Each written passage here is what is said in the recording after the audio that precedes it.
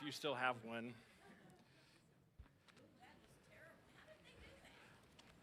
I think it's right up there with the Trojan horse. I mean, it's going to be one of those things we always remember. Sheesh. Well, tonight we're coming down off the hill. It was a hard message last time, wasn't it? The whole issue of child sacrifice, and did Abraham change, or is he still the same old rotten character?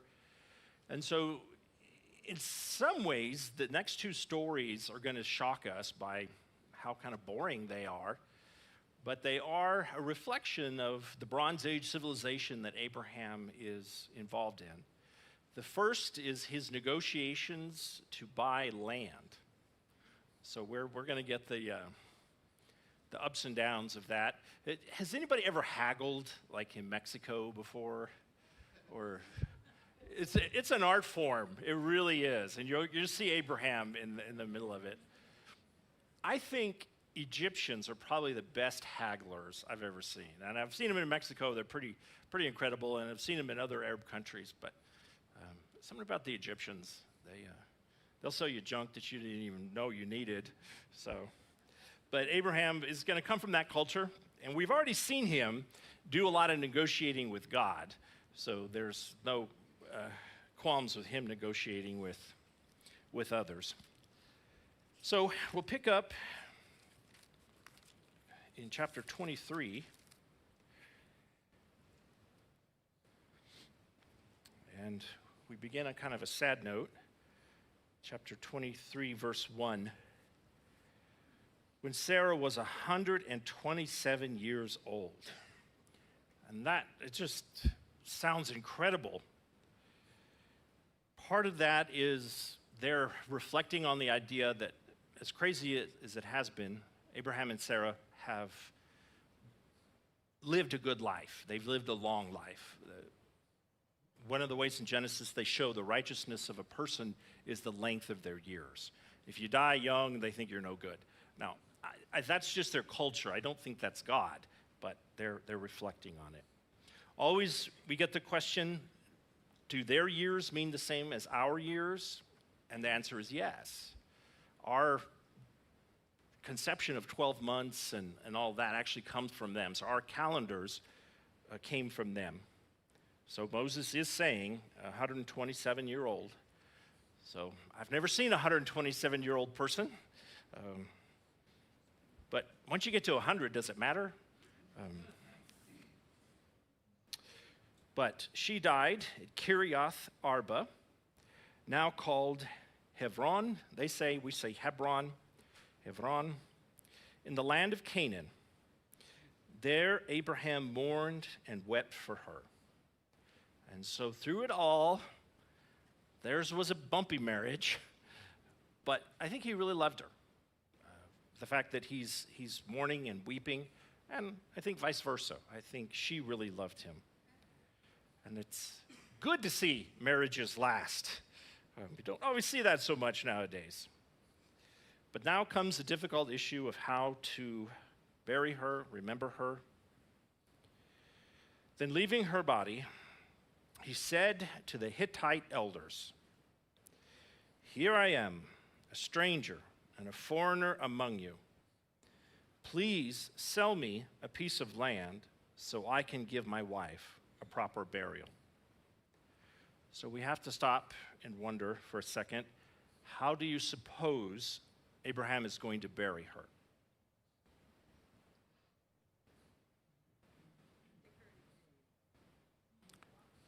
Yeah, in a cave. Remember, the Israelites have, I don't call it a unique approach to death, but it's not fancy. They take you into a cave, and there's either a natural occurring floor on the cave, or they'll carve out sort of a bed in a cave. They'll place you in there. They'll seal up the entrance to the cave so animals can't get in, and then they'll just let the body decompose. They have a tendency, though, like we would, to have family plots.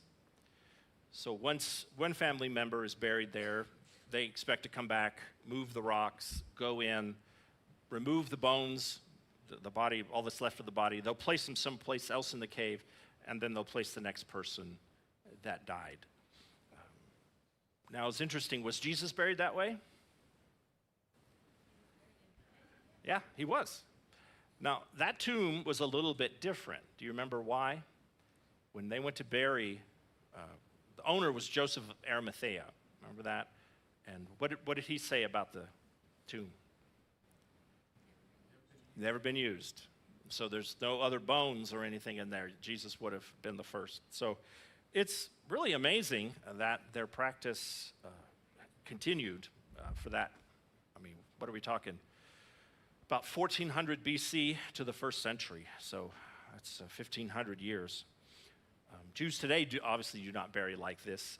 They put you in the ground really pretty quickly. But a lot we need to pick up on. Hebron, we'll come back to that. This location is going to be really, really important for us. But he's talking to some Hittite elders. And a reader of this would have kind of scratched their heads. And because the Hittites are known for a later period. Now, the Hittites were Indo-European, so some of them were our ancestors, most likely, that had moved into what is Turkey. And so they were a major chariot power, superpower to the north of Israel. But by the time of King David, their kingdom had been destroyed. And so you sort of have pockets of them everywhere. You just have like migrants. They were good at fighting. So famously, Bathsheba's husband was Uriah the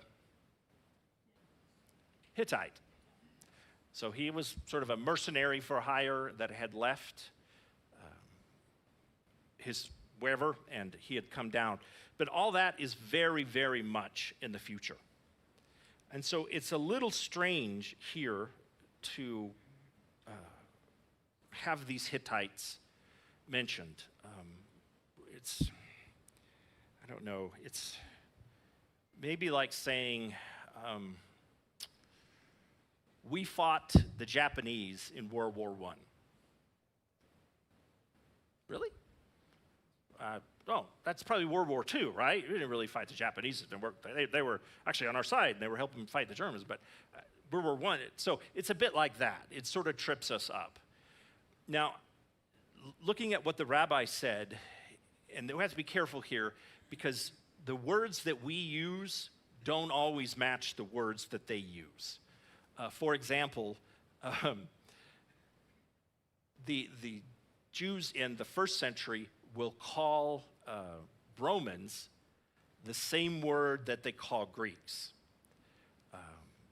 because they don't distinguish. You know, they're just people that came on the water from the west, and so Greek, Roman, what is really the difference? They didn't care. I mean, like today, if someone said, "I'm from Abu Dhabi, and I'm from Saudi Arabia," so what's the difference? I don't know. I think there is a difference. They dress different, but it's not we would have a hard time. And the rabbis are saying that's probably what's happening here. These are probably not what we will later know as the Hittite Empire. It's probably just Moses' way of saying these are people from the north. These Indo-Europeans, which we've talked about this before, we've seen a little bit of, they're called Hurrians. So I won't chase this rabbit too much, but a lot of times people will try to use this stuff to discredit the Bible. And because it's anachronism, traditional Hittites would not appear this early. So we could be wrong about that. Some of the archaeology has shown Hittite artifacts in Israel much earlier in the Bronze Age instead of the Iron Age. So there's possibilities for that. There's pottery ware. But just my own personal take on this is that these are probably these Indo-Europeans. And Moses, as an Egyptian or as an Israelite, is not paying a whole lot of attention. They're just weirdos from the north. It's slightly ironic that Abraham is negotiating with them because they too are immigrants. Whatever he's saying about them, he's making sure that we know they're not Canaanites, the locals that he's been dealing with. So, he wants to buy some land for his wife to be buried.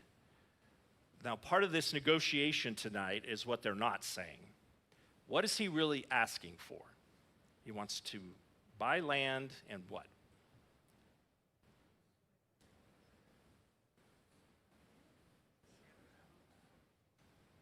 Yeah, he's literally going to try to put down roots.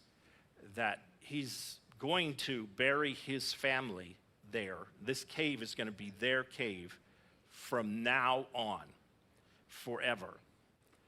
So it's property ownership is natural for us because we live in a free society. God bless America.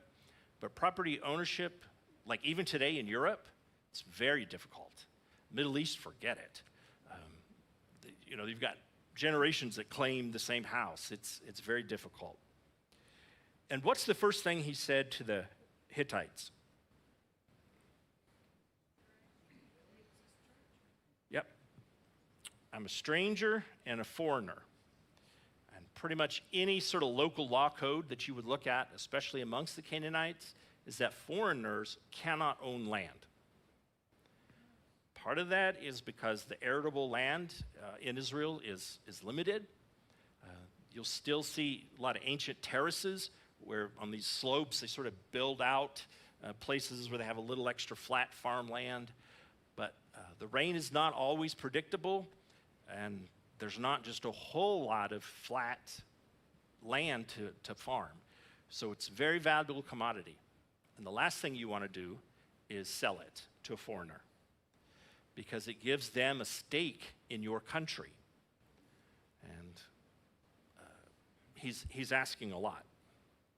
So the Hittites are interesting. We'll talk about them in a little bit, but look at verse 5. The Hittites replied to Abraham, "Listen, my Lord." And again, take notice of that Lord. That's not all capitalized, right? So they're not saying Yahweh. They're not saying God. They're just acknowledging him like we would say sir. He's got a lot of money, right? So they're being polite. You are an honored prince among us. Choose the finest of our tombs and bury her there. No one here will refuse to help you in this way. And this is where you really got to understand their culture, because here's the haggling going on. They want to offer him what? Right. Oh, no. You don't need to stay at a hotel. Just come stay at my house. Bring your dead wife over. We'll take care of creepy. But what are they trying to avoid? Selling the land.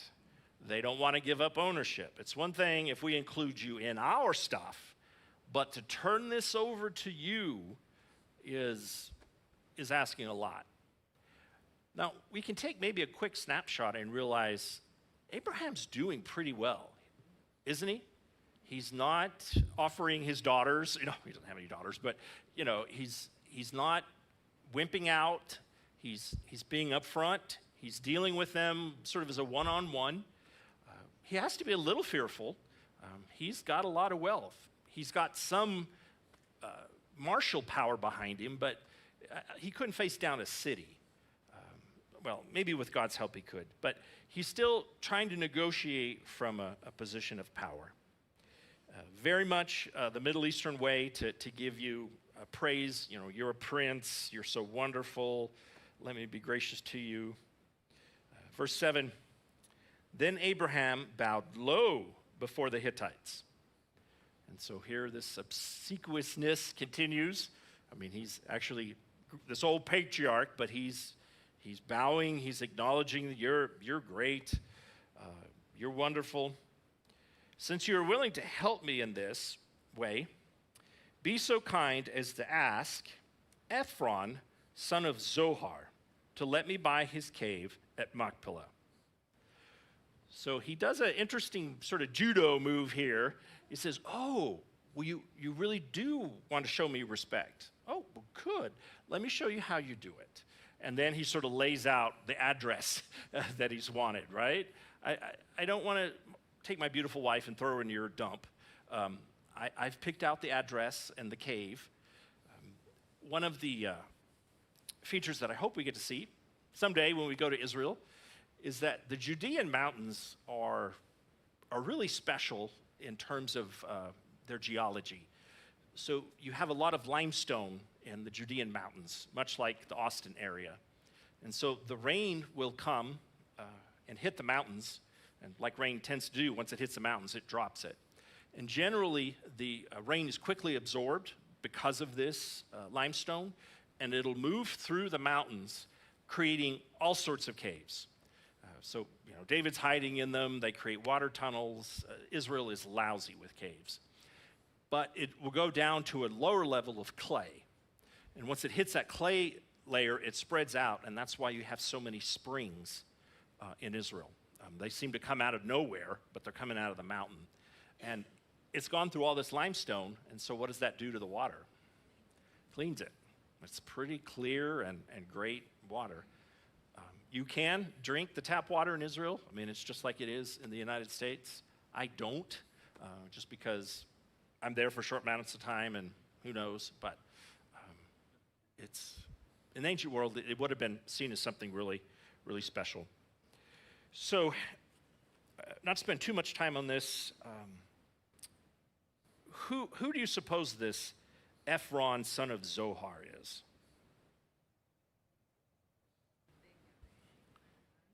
Yeah, the guy's got some land. Again, land ownership is very, very rare. It's only Abraham's extreme wealth, the blessing from God, that would even make this possible. Foreigners were not allowed land, and like the whole country of Egypt, which is much, much larger, all the land belongs to Pharaoh. That's the way it is.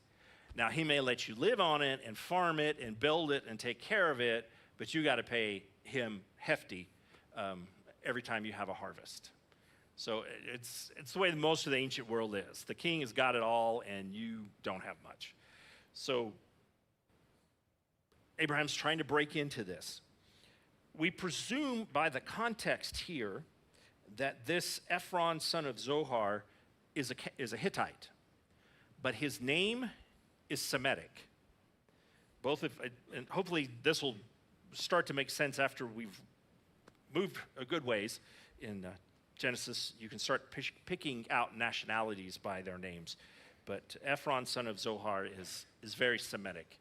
I wouldn't say it's Hebrew, but it's Semitic. So this sounds like a Canaanite name.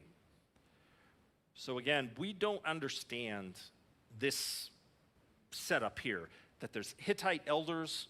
Where did they come from? They've got to be some sort of import. But on the other hand, he's negotiating for property with someone with a Canaanite name. This is why we study and we try to figure out. There's probably a detail here, but we've missed it. But we have heard of Machpelah before. Abraham has been near the oak tree of Mamre, and so this is in that area. So let me stop for a minute. We're about halfway through the negotiations. They're going to get crazy. Why is this in our Bible? What does this matter? Real estate in the Bronze Age. Aren't you excited? God's spending a whole chapter. What difference does this land make?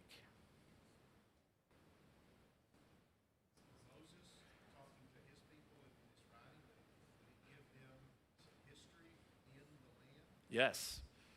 This is the first little square of land that is tied to the covenant. This place, still very known today, is the starting place of the promised land. And like you're saying, Moses' people are reading this, and they're thinking, oh my gosh, we've got to go there. We've got to see it.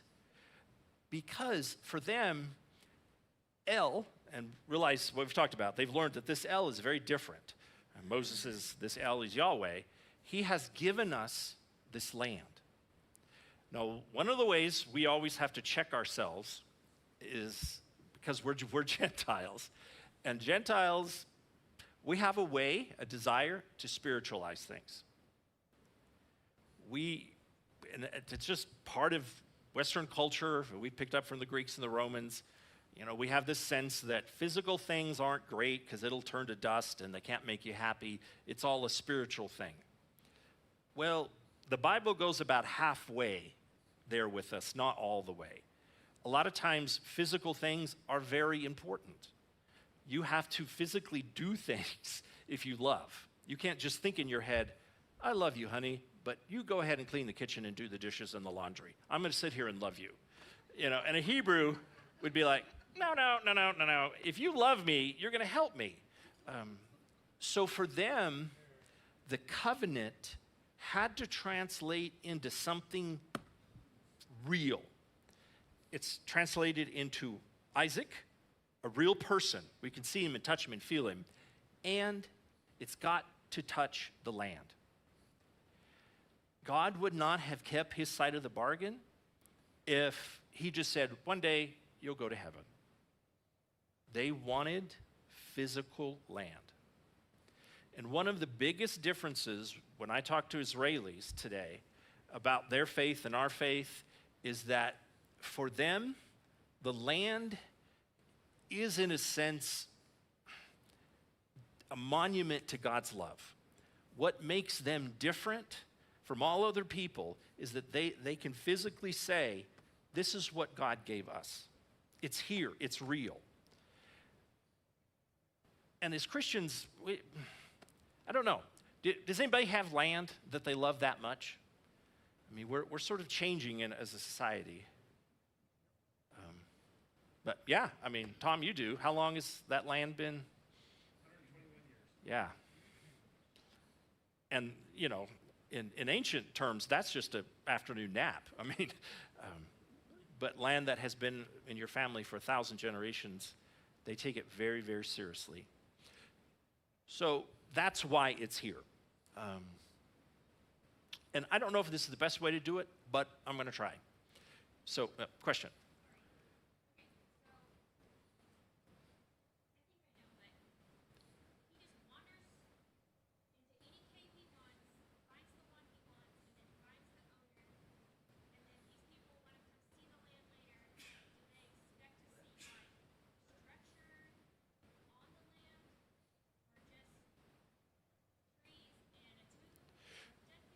Yeah, the tomb is pretty much what he's asking for, but it would be something holy and precious to his family. And so any other business that they would have with this area, they would just give up.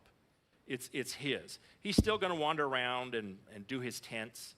Eventually, when the Israelites do come back, they build cities and all that today. So a lot of times we say in Israel, or they say in Israel that Jerusalem is the problem, right? Because Muslims claim Jerusalem, Christians do, Jews do, it's a fight. Well, that's very true. Jerusalem is number one, and there's massive, massive pressure there. But number two is Hebron. Hebron is a whole different, just powder keg. So today, Hebron is in the West Bank, so it's under the Palestinian Authority. And so I can't even keep up with it. I think last time I was there and really looked, there was like 300,000 Palestinians in Hebron. But the Jews, the Israelis, remember, this is where it all started. They know exactly where this cave is. Now, the problem with the cave is it's had a church built over it, it's had a mosque built over it, and it has a synagogue built over it. And everybody tears everybody else's stuff down to put theirs on top. So we don't know whatever happened to the bodies. I would like, personally, to do an archaeological dig in there. You know, they can just let me do it. I won't be long. But so far, my invitation hasn't come in the mail. So there are about 800 Israelis that have decided that they're not going to give up Hebron. And they're going to live there. And they're going to keep this alive. Abraham bought it. God gave it to us. This is part of our covenant. You can't say you believe in God and not, this is what they say, and not believe that the cave of Machpelah is ours. So you've got 800 Jews in a town of 300,000 Palestinians. What do you think is going to happen? It's chaos. So the Israeli military has to deploy in Hebron to keep the Palestinians away from the Jewish settlers there. Hebron has this reputation that the worst of both sides. So the worst extremist Palestinians come to Hebron, and some of the craziest Israeli settlers come to Hebron. And the Israeli army has to keep them apart. It is very dangerous in Hebron. It's one of the places we do not visit.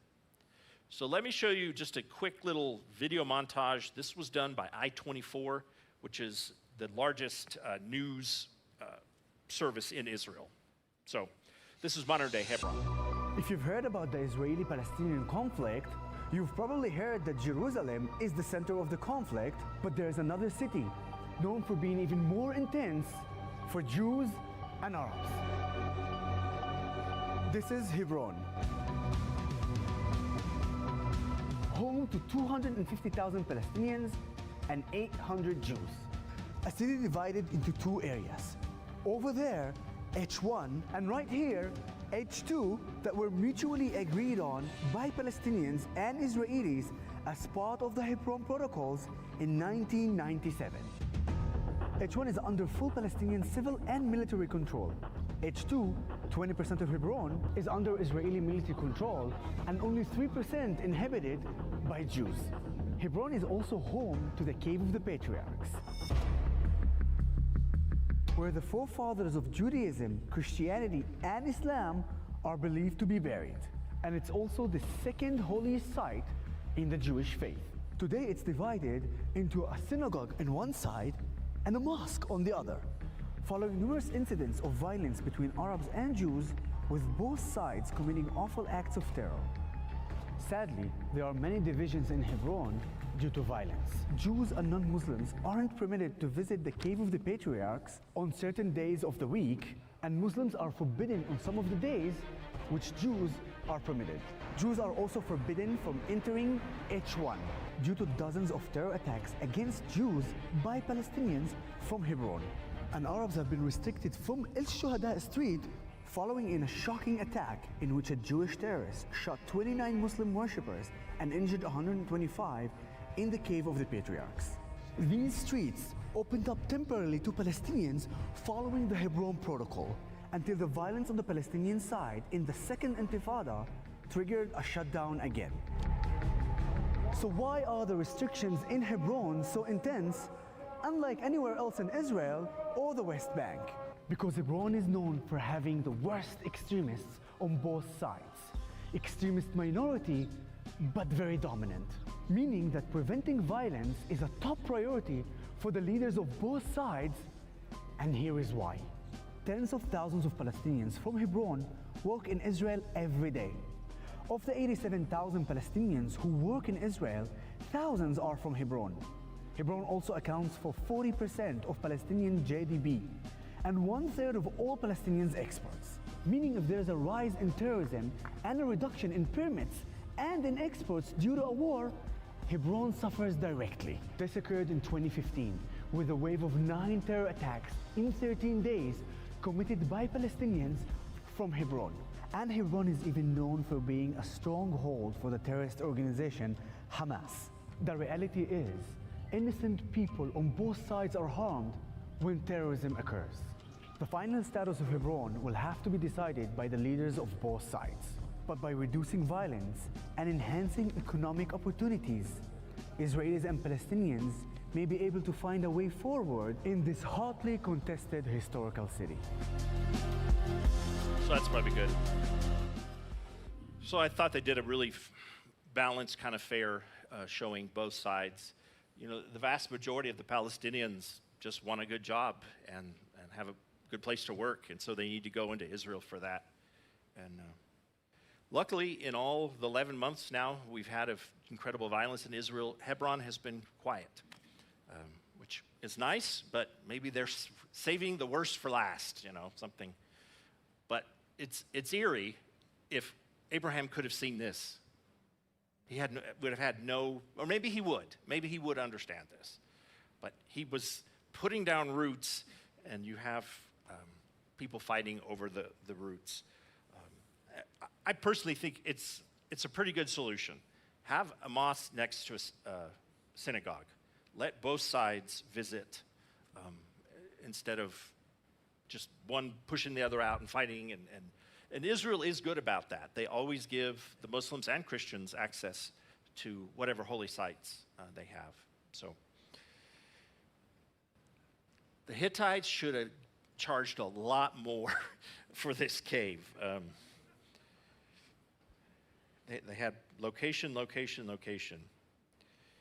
So back to our text, verse 9. Let me buy his cave at Machpelah, down at the end of his field. I will pay the full price in the presence of witnesses, so I will have a permanent burial place for my wife. So he's telling the truth, and wait for it, he's willing to pay what? Now, I'm not trying to be crude or anything here, but what have we learned about Abraham? He's stingy. He's tight. He's a Scottish miser, right? He has not been generous. I think this is the first time. And it's kind of nice that it's for Sarah. Now, bless her heart, she earned a lot of this money. But, yeah.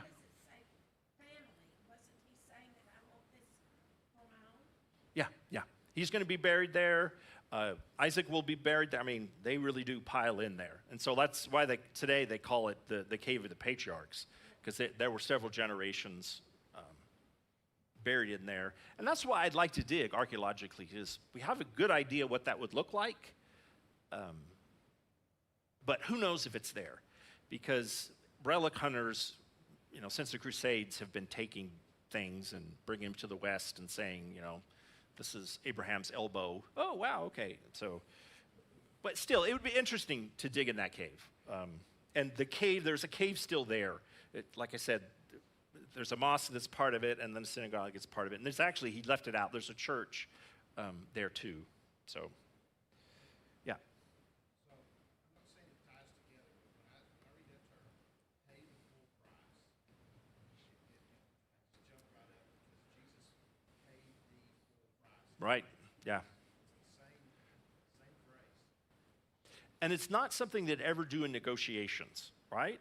When you go to buy a car, I'm going to pay sticker. I'm going to pay a little above sticker. You don't do that. And Abraham certainly doesn't do that.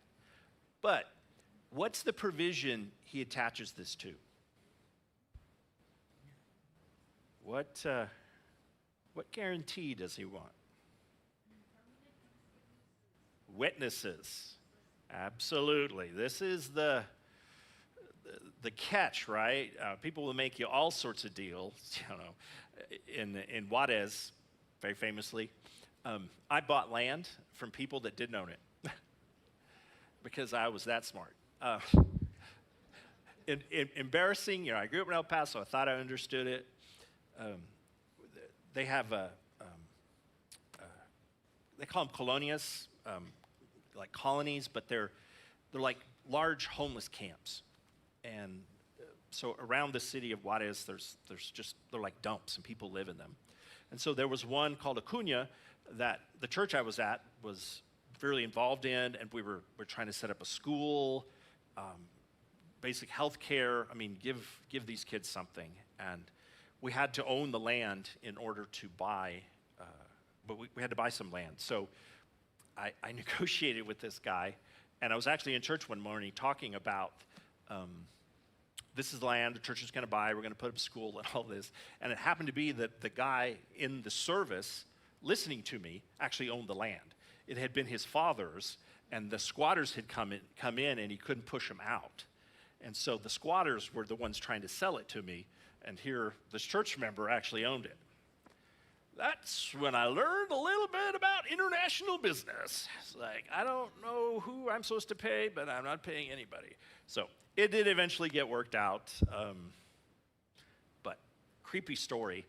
We were there doing Christmas one time, and we just brought gifts and stuff for the kids.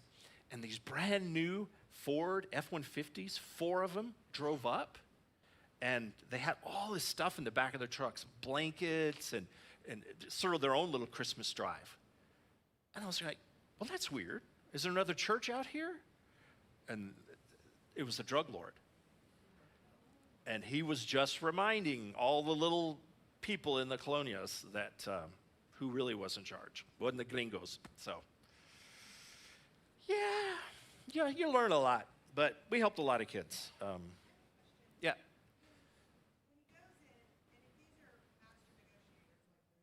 Right. It does.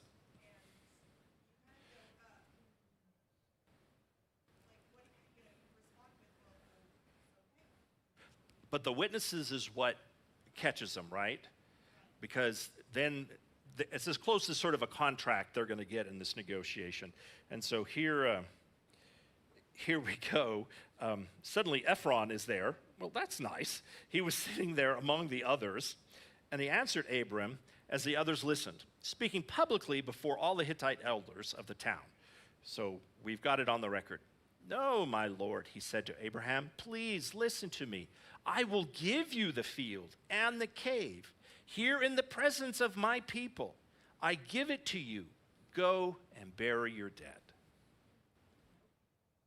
But you can't beat free as a price, can you? I mean, let's just look at the gift horse in the mouth. Should he do it? No price is paid. What's the value? You don't have any ownership. They did him a favor, and bury your dead there. And then the next generation, we've got what we saw, on the news. It's a bad negotiation.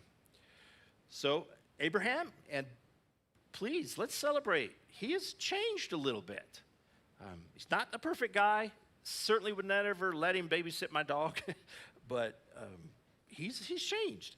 Verse 12, Abraham again bowed low before the citizens of the land, and he replied to Ephron as everyone listened, no, listen to me. I will buy it from you. Let me pay the full price for the field so I can bury my dead there. Ephron answered to Abram, my lord, please listen to me. The land is worth 400 pieces of silver. Okay, now, monetary systems here is a challenge, but looking at Egyptian records, you could buy acres of Nile front property for 400 pieces of silver. Remember, silver is more valuable at this time than gold because it's harder to get. It comes from Turkey, and so it really comes in, it's perishable, it's a problem. Abraham's got a lot of silver. He got it out of Egypt. This is serious. And the guy has just really kind of thrown out an absurd number. So he seems to be trying to back Abraham off. Oh, it's so expensive, and I love the sunset here. You couldn't possibly afford it. So Abraham is a little bit trapped. You can hear the swarthiness here. The land is worth 400 pieces of silver, but what is that between friends? Okay. So when the real estate agent says, oh, between friends, but go ahead and bury your dead. So Abraham agreed to Ephron's price and paid the amount he had suggested, 400 pieces of silver, weighed according to the market standard. This is a big thing. They don't count currency. They get the old scales out and, is this real? How much pure is this? And so Abraham got taken to the cleaners. But the covenant is coming true. And I think this is a great final I love you to his wife. The Hittites' elders witnessed the transaction.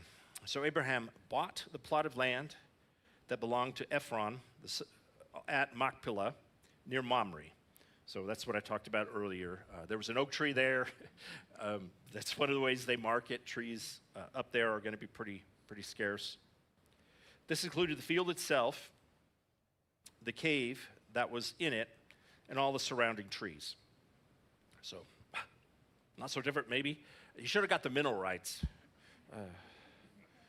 It was transferred to Abraham as his permanent possession in the presence of the Hittite elders at the city gate. So that's as long-lasting as they can make it, sort of dotted and sealed. Then Abraham buried his wife Sarah there in Canaan, in the cave of Machpelah near Mamre, also called Hebron. So the field and the cave were transferred from the Hittites to Abraham's use as a permanent burial place. And that they're repeating this to us shows the strength of this. This is the reality of God's promise that's happening.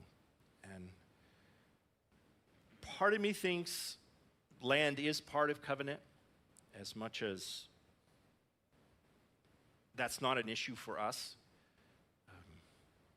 We've been here almost 40 years, or 140 years. I think it's 136 years.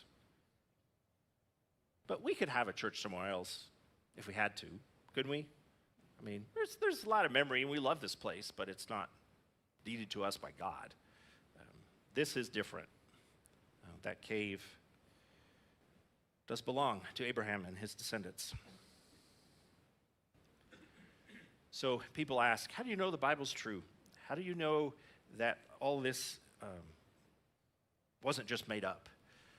Well, if you were making it up, you wouldn't include this kind of story, would you? I mean, this is really reflecting the time and their concerns and their ways of negotiating. It's not just spiritual wisdom and God is great kind of stuff. I mean, what role did God have in any of this? No, I mean, there's God sort of hanging over the covenant, but God doesn't intervene.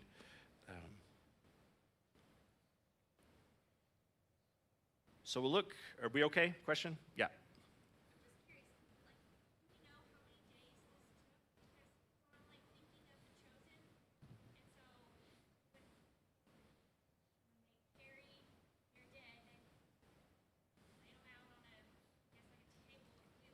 Right.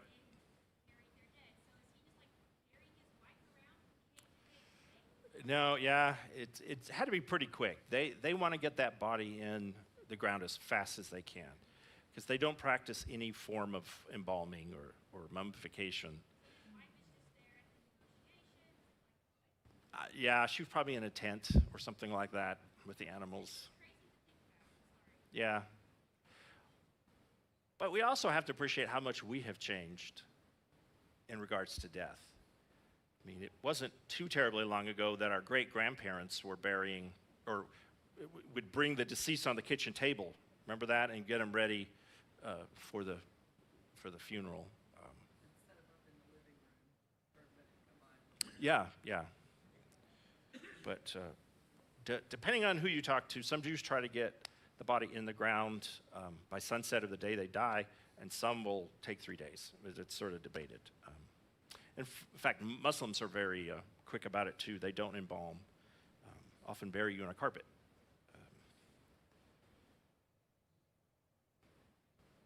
So 24, you've had negotiations, now dating.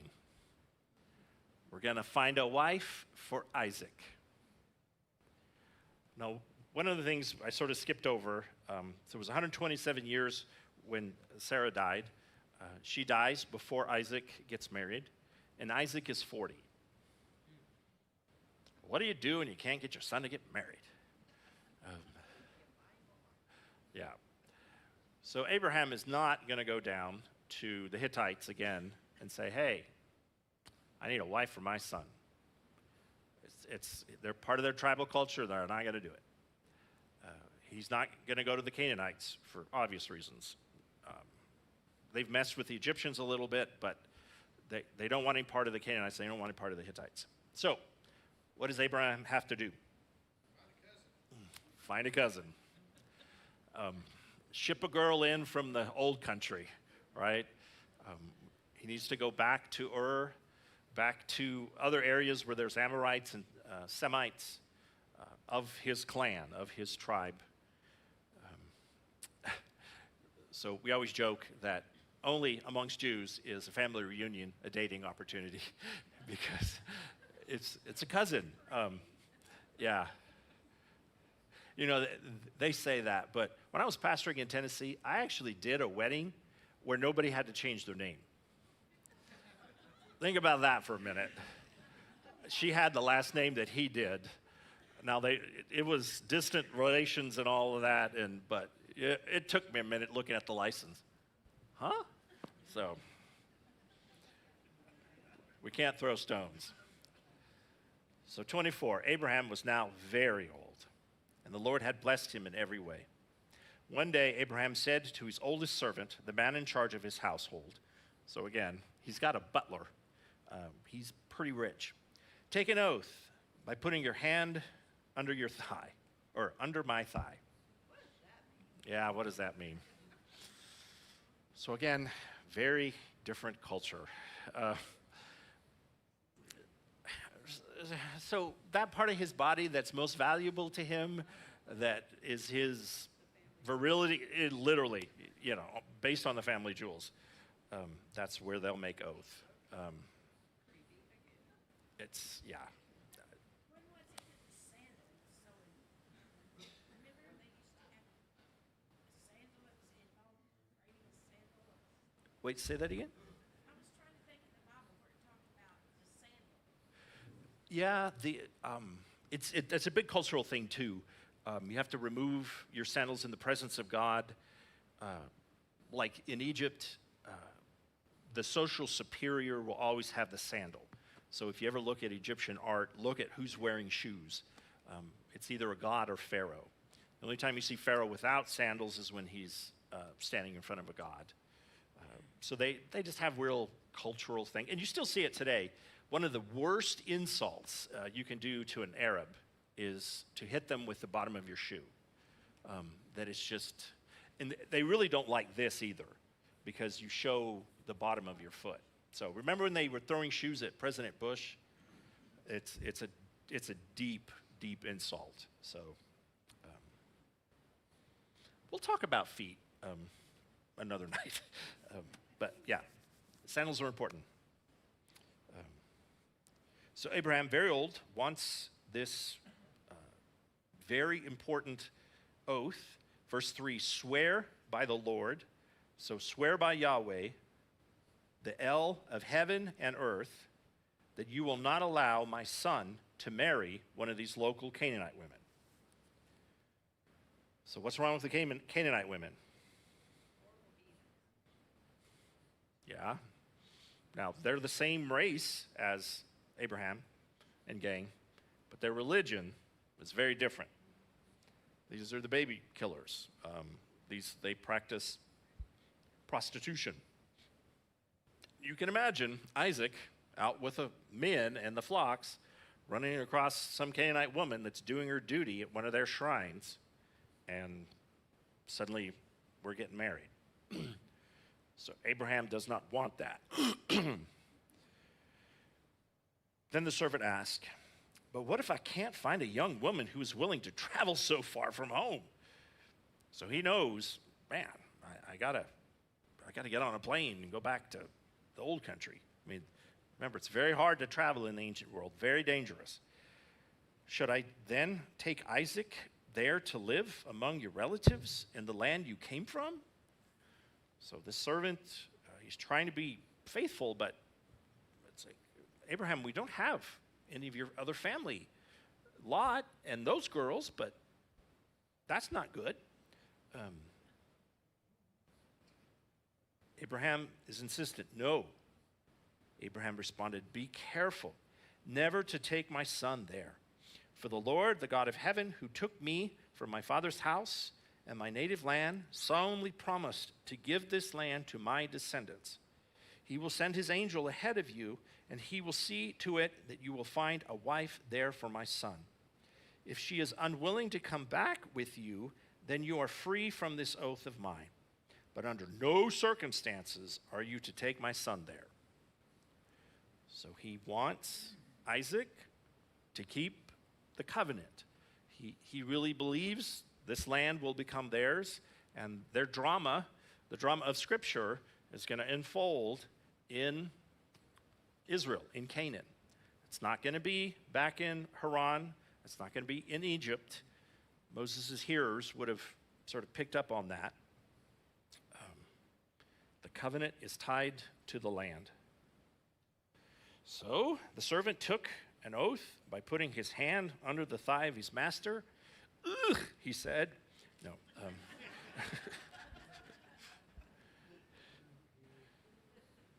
He swore to follow Abraham's instructions. Then he loaded 10 of Abraham's camels. There they are. We've worried about them all 25 years. It's more than that now.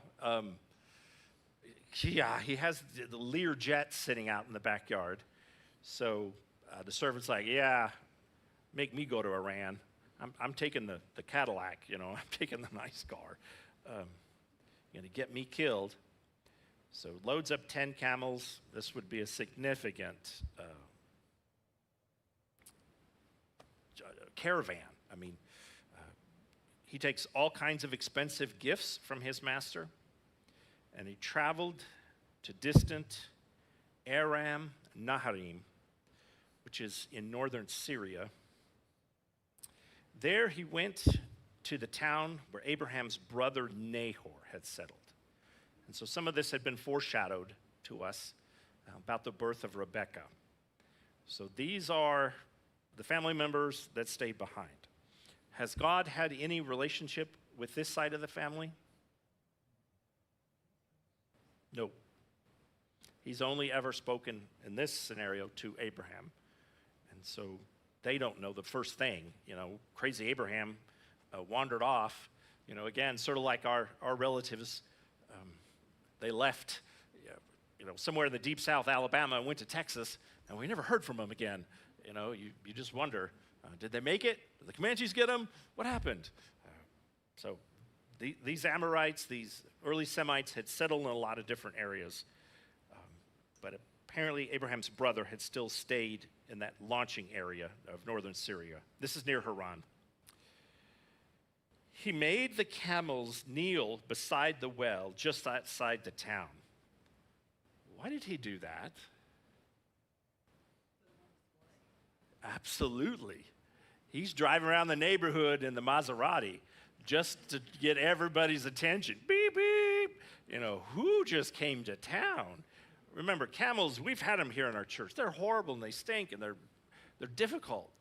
But traveling through the desert and in this world and in Egypt and North Africa, they were a godsend. Really only countries at this stage in history own camels, or massive merchants in some of these city-states. It would have shocked everybody to have here these 10 camels, and I assume Abraham has taken good care of them.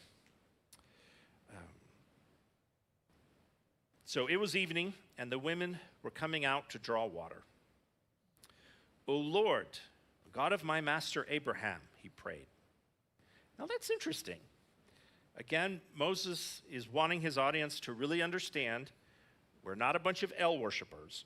This is what Abraham thought they were, but just know it really is the Lord. It really is Yahweh. So he's putting words in their mouth. But the El of my master Abraham. So Abraham has been sharing with not only his family, but his servants, probably his guards. This is spreading. This is the nucleus of what will become the nation that will lead to Jesus. "Please give me success today and show unfailing love to my master Abraham." See, I am standing here beside this spring, and the young women of the town are coming out to draw water. This is my request. I will ask one of them, 'Please give me a drink from your jug.' If she says, 'Yes, have a drink,' I will water your camels too. Let her be the one you have selected as Isaac's wife. This is how I will know that you have shown unfailing love to my master." Now, what's wrong with this?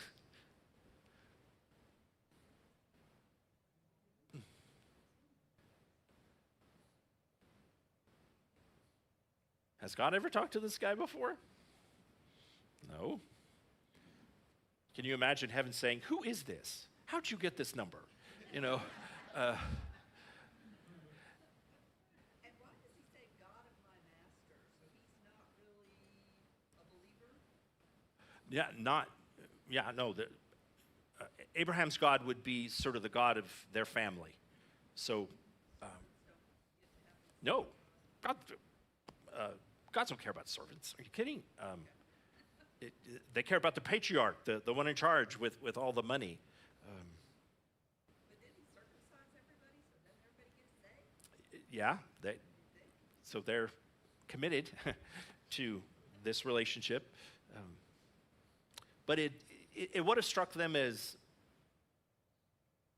good on the one hand that God is going to respond to a servant. It is very presumptuous, yeah. And the other thing he does here, and I think this is Moses, New Living is translating as unfailing love. Do you guys have another translation? What does it say? Kindness, yeah. This is Hesed. It's a funny H-E-S-E-D, Hesed. And it's definitely one of the Hebrew words to learn of the Old Testament. It's a kind of love that really only God shows. And it is unconditional love. It is covenantal love. That's how I would probably translate it. Remember all the story we went through where God was faithful and Abraham was an idiot? I mean, we went through a lot of that, right? The only person that was keeping the agreement was God. That's what they're talking about. This kind of Hesed love is God's love for us that is so great that even when we break our promises to him, even when we break the covenant, he will keep his side of the covenant, even though he doesn't have to. So you could call it a kindness, but it's powerful. It's what they have learned about this El, that he is forgiving, he is gracious, he will stay with you despite your horrible behavior in a way that they've just never seen before. Now, of course, we know where this is leading, right? What will this Hesed lead God to do? Yeah, send Jesus to die for not just this nation, but all nations, our nations too. So it's beginning. We get excited a lot of times about agape love, and it is. It's wonderful in the New Testament. But really, agape is just Hesed that they translated into Greek. So this is how it started, on a date with a nervous servant. But we are out of time. You know, that's the bar. Everybody's got to go to the well. It's a bar. It's where you go to pick up women in the ancient world. You go to the well. It's where they all are. So it's where, yeah, exactly. I mean, it's the local watering hole, literally. Okay. So, yeah, bring your camel. Have a good genealogy chart, and you too can find the marriage of your dreams. So, anyway. So, very different from what we had last week, and it's going to pick up a pace. We're going to go to Isaac, and we spent a lot of time waiting for the arrival of Isaac. And I'm afraid you're going to be a little shocked in what kind of man he is. I expected a lot more, but we'll get there. So, any other questions tonight? All right, let's pray. Gracious Lord, we give you thanks that the things that seem so big to us, the struggles that we get into, buying land to make ourselves happy, trying to create a good future for our kid, you come to us and you care about that. You're involved in our lives in a way that, Lord, we know we don't give you credit for. Help us tonight to have the faith of that servant, to know that the promises that you have made to Abraham cover us too. That you included us even though we were distant, running in the woods, not having a clue about any of this. Help us tonight to continue to see the value of the land, to see in our own life the importance of physical